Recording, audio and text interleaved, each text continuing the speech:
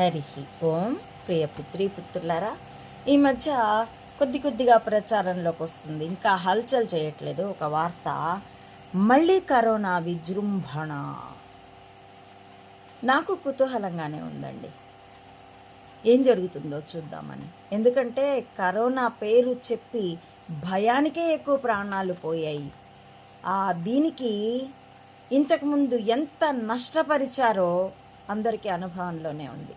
ఇప్పుడు మరోమారు జనాల్లో చైతన్యం ఉబుకుతున్న కారణంగా ప్రపంచవ్యాప్తంగా సామాన్యుల్ని, ముఖ్యంగా భారతదేశంలోను, అతి ముఖ్యంగా ఆంధ్రప్రదేశ్లోను ప్రజా చైతన్యం పెరిగితే తమకి ముప్పు గనుక ఎవరిని బయటికి రాకుండా కట్టడి చేసేస్తే సామూహికంగా మానవుల యొక్క భావోద్వేగాలు సామూహికంగా పెచ్చరిల్లుతాయండి. రెజనెన్స్ అంటాం, అనునాదం అంటాం ఫిజిక్స్లో అయితే. అలాగే భావ తీవ్రత కూడా ఒకరినొకరిని అంటుకుంటుంది. అందుకనే సత్సంగాల్లో భక్తి గీతాలాపనలో అవి అప్పుడు ప్రేరణ ఎక్కువ ఉండేది. ఒకప్పుడు రాజకీయ సభల్లో కూడా, ఇప్పుడంటే డబ్బులకి తెచ్చుకుంటున్నారు, అయినా కానీ ఇప్పుడు కూడా సమూహంలో ఉంటే మానవులు చాలా త్వరగా, ఉదాహరణ చెప్పాలంటే ఒక దీపంలో మనం దీపావళి టపాకాయలు కాకరతో కాల్చాలంటే it takes much time, at least 2-3 minutes తీసుకుంటుంది. ఒకప్పుడైతే 7-8 మినిట్స్ తీసుకుండేది.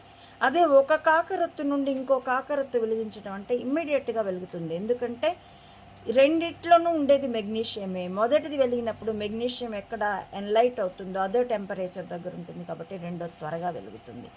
అలాగా ఈ మనుషులు కూడా ఒక సమూహంగా గ్రూప్లో ఉన్నప్పుడు భావోద్వేగాలు, ఎమోషన్స్ త్వరగా పెచ్చరిల్లుతాయి. కాబట్టి దాన్ని నాశనం చేయడానికి మరోసారి కరోనా విజృంభణ. ఇదిగో ఈ నెలలోనో పై నెలలోనో లాక్డౌన్ విధించేస్తారు అన్నంతగా, ఇంకా అంత సెగకి వెళ్ళలేదు, కానీ వెళ్తుందేమో, వెళ్ళనుందేమో.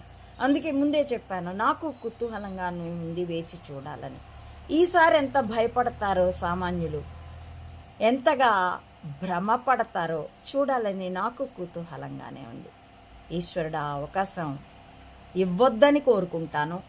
ఎందుకంటే కరోనాని ముందే సామాన్యులు తమ మనసులో భయాన్ని జయిస్తే కరోనాల్ని కాదు, వాళ్ళ బాబుల్ని కూడా జయించగలరు. కాబట్టి పరిశీలించవలసిందిగా నేను సామాన్యులందరికీ విజ్ఞప్తి చేస్తున్నాను. ఒకవేళ కరోనా వచ్చినా చస్తాం.